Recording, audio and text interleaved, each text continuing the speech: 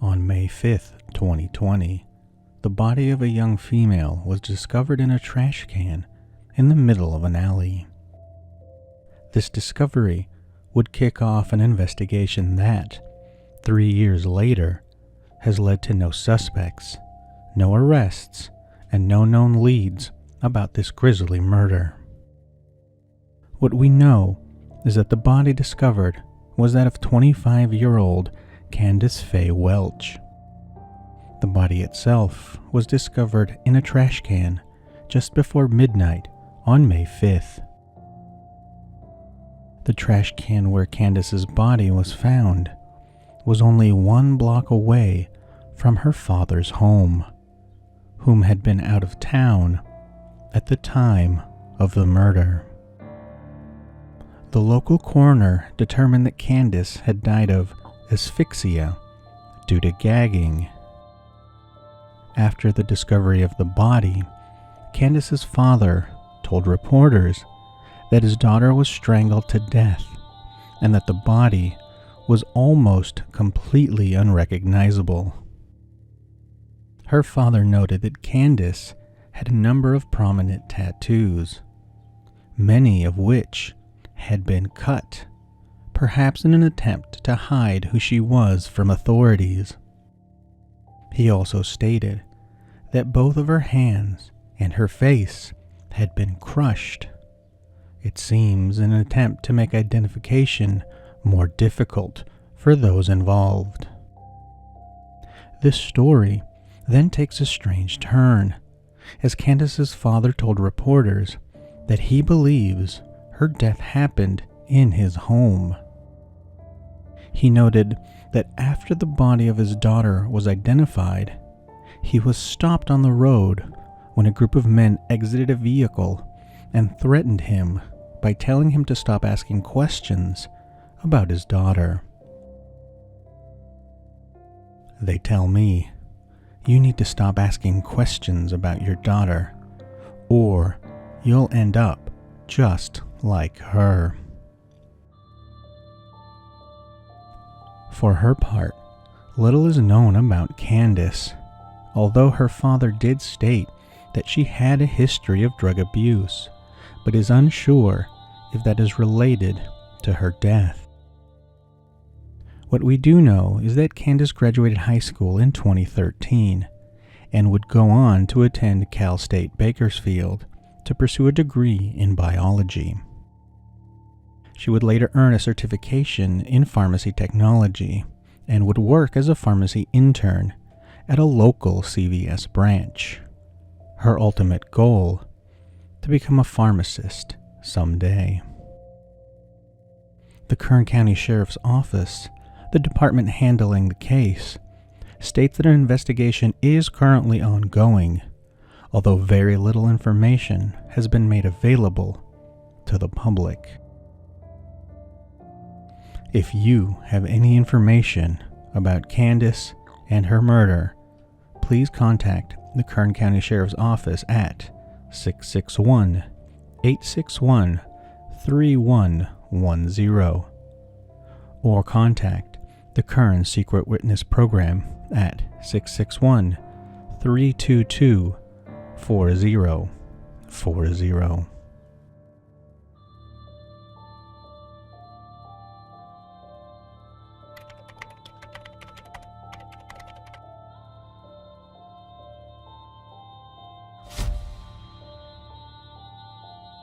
July 5th, 2016 was supposed to be a day like any other for young 4-year-old Salvador Esparza III.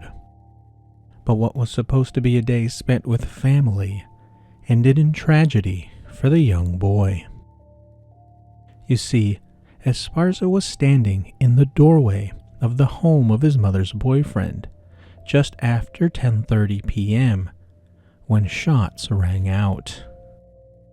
Before anyone could react, Esparza was no longer in the doorway, and instead, now lying face down on the front porch. During the shooting, the yet unidentified shooter had managed to strike the 4-year-old in the head. Esparza would be pronounced dead after being transported to a local hospital.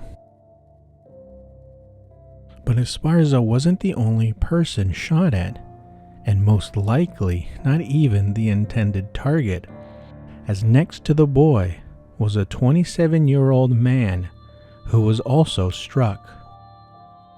An investigation was quickly launched, and witnesses came forward, telling police that the shooter was seen chasing the 27-year-old into the home. It seems that the killer approached the victims from the street and fired off at least 13 rounds before running away and fleeing the scene in a dark-colored vehicle that has yet to be identified.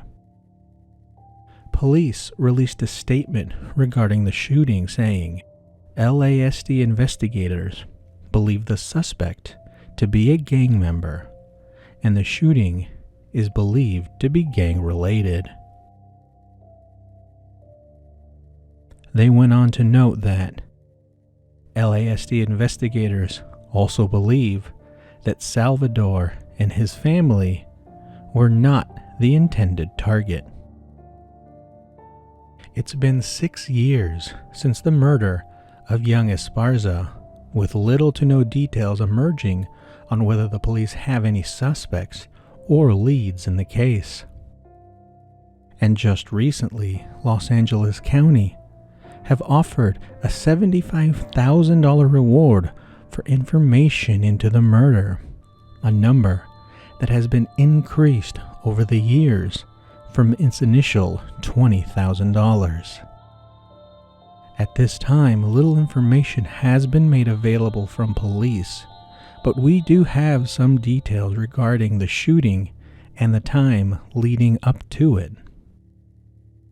We know the day prior to the incident, little Esparza had been with his grandmother in Azusa, California, celebrating the 4th of July. The following morning, Esparza's mother, Coral, came to pick up the child as it was her scheduled day to have custody. As it seems, she did not retain full custody of the child. When Coral picked up Esparza, she told his grandmother that she was heading to her mother's home to spend the day there with family. Only Coral never went to her mother's home. Instead, Coral took Esparza to her boyfriend's home. Sometime earlier in the evening on the 5th, Coral and her boyfriend had walked down the street to a local liquor store. While at the liquor store, the pair exchanged heated words with an unknown person. Those that witnessed the altercation told police that it got, quote, ugly. After this, Coral returned home and put Esparza to bed, but he followed his mother out a few minutes later, just as the deadly shooting that took his life was happening. Police have strong reason to believe that the intended targets of the gang-related shooting were the then boyfriend of Esparza's mother and his brother. As of now, no new information has come to light, and no one has provided any information on this assumed gang-related shooting. It's unclear if Coral's boyfriend at the time gave a statement regarding the person or persons involved in his shooting. Anyone with information is asked to contact the Los Angeles Sheriff's Homicide Bureau at 323-890-5500. You can also leave a tip anonymously by calling the LA Regional Crime Stoppers line at 800-222-8477.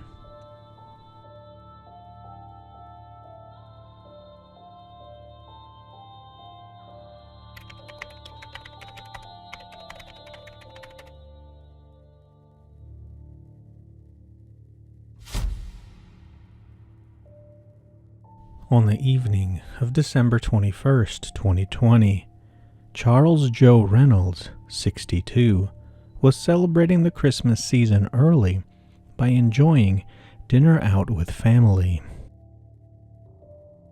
By all accounts, it was a wonderful time, if a bit cold, on that Maryland evening, celebrating and connecting with those closest to him.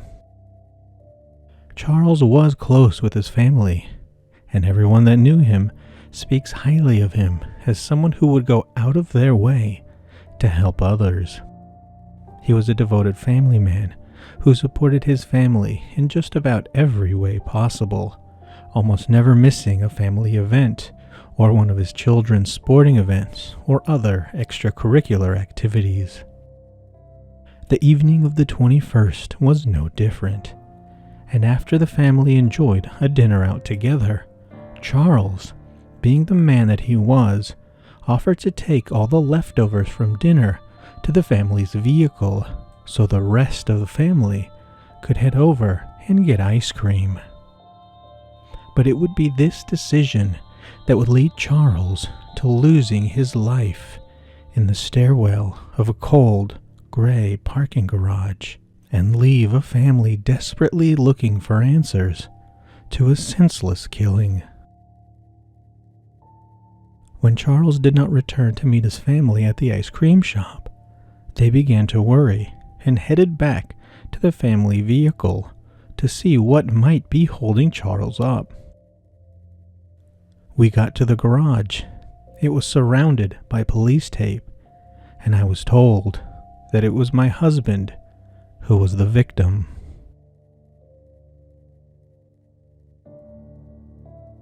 The identity of the killer is unknown, even though the parking garage had numerous cameras, all of which were working at the time of the murder. It seems that Charles was shot and killed in a stairwell, an area of the parking garage that lacked any cameras, something the killer might have been aware of. Still, the motive for the murder is unknown, and nothing was taken from Charles after he was shot, and his car was still in its original spot in the parking structure. In the time since Charles's murder, police have yet to establish any motive, name any suspects, or announce any leads in the case. This case is strange for the fact that nothing was taken from Charles when he was killed, but many have noted that Charles, while retired, took a job at the MIT Lincoln Laboratory to work in national security, including U.S. Cyber Command, but it's unclear if that has any connection to his death.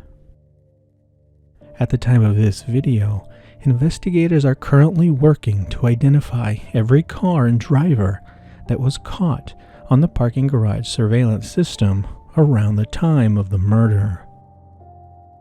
But police have noted that this will take time because of how crowded the structure was during the time of Charles's murder.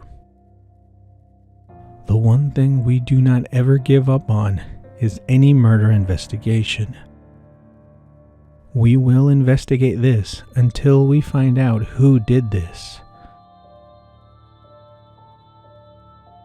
The stairwell where Charles was murdered now houses a makeshift memorial alongside a police flyer offering a $10,000 reward for information on the murder of Charles Joe Reynolds. Anyone with any information is asked to contact the Montgomery County Major Crimes Division at 866-411-8477.